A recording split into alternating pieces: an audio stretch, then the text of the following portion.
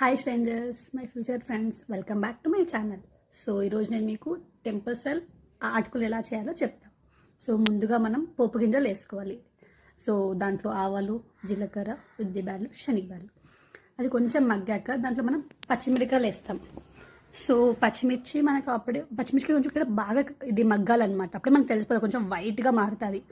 ఆ స్టేజ్లో మనం అప్పుడు అవి బాగా మగ్గాక మనకు టమోటాలు వేసుకోవాలి. సో టెంపుల్ స్టైల్లో మనం ఆనియన్స్ వేయమన్నమాట. సో టమోటాలు కొంచెం బాగా పెద్దగా తురుముకోవాలి, ఎందుకంటే ఆ కొంచెం పెద్దగా ఉన్నప్పుడే మనకి ఆ టేస్ట్ అనేది మారుతుంది. మన కటింగ్ స్టైల్స్లో కూడా మన వంట అనేది మారుతుంది అనమాట. సో ఇప్పుడు మనం తగినంత ఉప్పు వేసుకుంటాం. ఉప్పు ఎప్పుడు ఈ టైంలో వేస్తే ఇంకా బాగా మగ్గుతాయి అన్నమాట. సో ఇక్కడ ఉప్పు వేసి ఒక 5 minutes దీన్ని వదిలేయాలి. సో అప్పుడు మనకు కొంచెం అవి బాగా మగ్గుతాయి అన్నమాట. మీరు చూడండి, ఆ నూనె మొత్తం ఫుల్ పైకి వచ్చేసేయాలన్నమాట.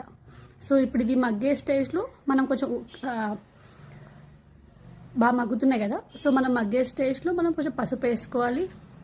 పసుపు వేసుకొని కొంచెం 2 minutes వదిలేసేయాలన్నమాట. వదిలేసి మనం ముందుగా తడిపెట్టుకున్న అటుకులు వేసుకోవాలి. సో అటుకులు వేసాక మనం పచ్చి కొబ్బరి అనేది వేస్తే చాలా బాగుంటుంది అటుకుల్లోకి. సో మనం కొంచెం పచ్చి కొబ్బరి తురుము సైడ్కి పెట్టుకోండి. సో అది పచ్చి కొబ్బరి ఉండాలి.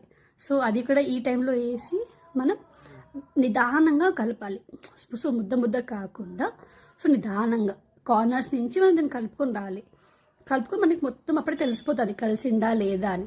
సో అది మొత్తం కలిసాక మనకు ఈ కలర్ అనేది వచ్చేస్తుంది అనమాట. సో ఇప్పుడు ఈ కలర్ అనేది వచ్చేస్తుంది. సో ఇప్పుడు మనం దాన్ని మంచిగా కొంచెం గార్నిష్ చేసుకోవాలి. కొంచెం కొత్తిమీరతో గార్నిష్ చేసుకుందాం. గార్నిష్ చేసుకొని మనం దాన్ని ప్లేట్లో సర్వ్ చేసుకోవడం అంతే. సో ఇది నేను మొన్న సంకష్టి రోజు చేశాను అనమాట.